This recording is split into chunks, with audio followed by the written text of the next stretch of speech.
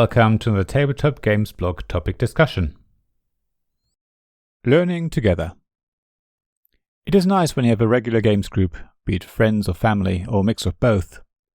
You get to play games regularly, you can share each other's collections, you can maybe even decide to buy games together and split the cost.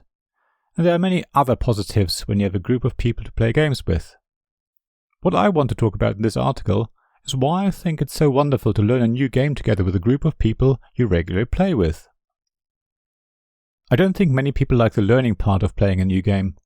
It can be interesting and maybe people don't really mind, but it's more of a necessary evil, because everyone wants to get on with playing the game, than spend time reading rules or listening to a rules explanation. Yet, when you have a games group that you see regularly, you will have found a way of dealing with learning rules. Every games group will have their own approach, which may differ from game to game, but often it's someone within the group who teaches the game. It could be the same person because they're really good at teaching, or maybe it's whoever bought the game and wants to introduce it to the others. Maybe a group's rule is that everyone needs to learn the game in their own time and however works best for them before you all play it together. However, whatever it is, it's just nice that you know what's expected, and between you've worked out a way that works well and that everyone is comfortable with.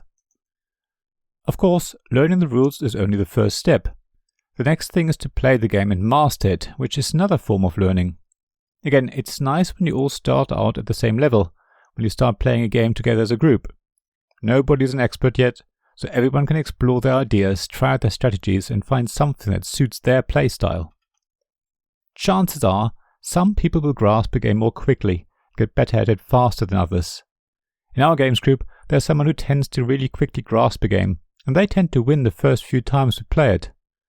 However, it still feels nice learning to master a game together.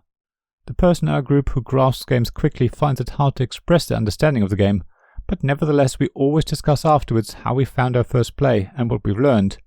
We try and share what we've learned, so the next time we play we can all improve. Over time everyone will probably get better at the game, as you learn more with each play, but as everyone adjusts their strategies, you have to adapt to those changes. Again, it's really only something that happens when you play the same game with the same people.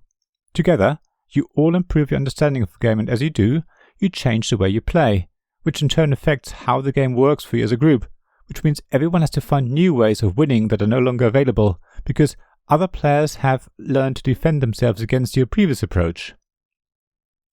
It's a wonderful dynamic where everyone needs to adapt to everyone else's changes in approach. I suppose you do get something similar when you play the same game with different people. Suddenly a strategy that always meant victory for you doesn't work any longer because the new people you play with play the game differently, forcing you to find a new solution. The problem is, you can never test that new solution again if you don't play with those people again. Another wonderful thing about playing with the same group of people regularly is the feeling when you finally win a game, after trying and failing many times before. I remember finally winning chess against my brother. It wasn't so much about defeating my brother, even though that did play a part, of course, but more about being able to win at chess, which I had never won against him, and generally usually lost whoever I played with.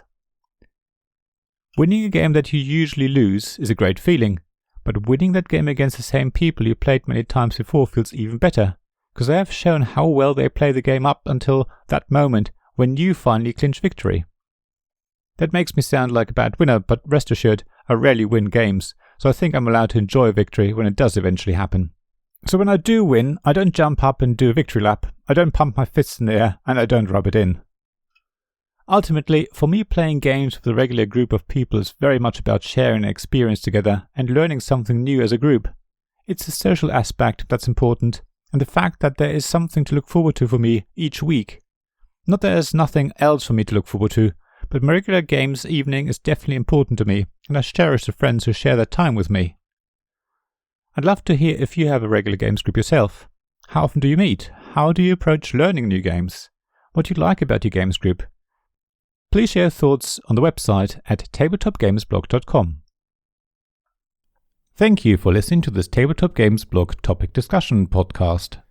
Please check the description below for links mentioned in this episode, as well as to the written version of this article on the blog. If you enjoyed this episode, please subscribe, give us some stars or leave a review. Please also tell your friends about me, and if you want to offer financial support, check out my Patreon and Ko-fi pages, links to which you'll find in the blog at tabletopgamesblog.com. So thank you again for listening, and I hope to see you again soon. This podcast was made possible by the generous help of my Patreon supporters: Royal Patron Sean Newman, Magic Champion Zeb Hicks, Castle Guards David Miller and James Naylor, Dice Masters Alex Bardi, Paul Grogan and Robin Kay, and Shining Lights Gavin Jones, Sarah Reed, Richard Simpson and Tim Vernick.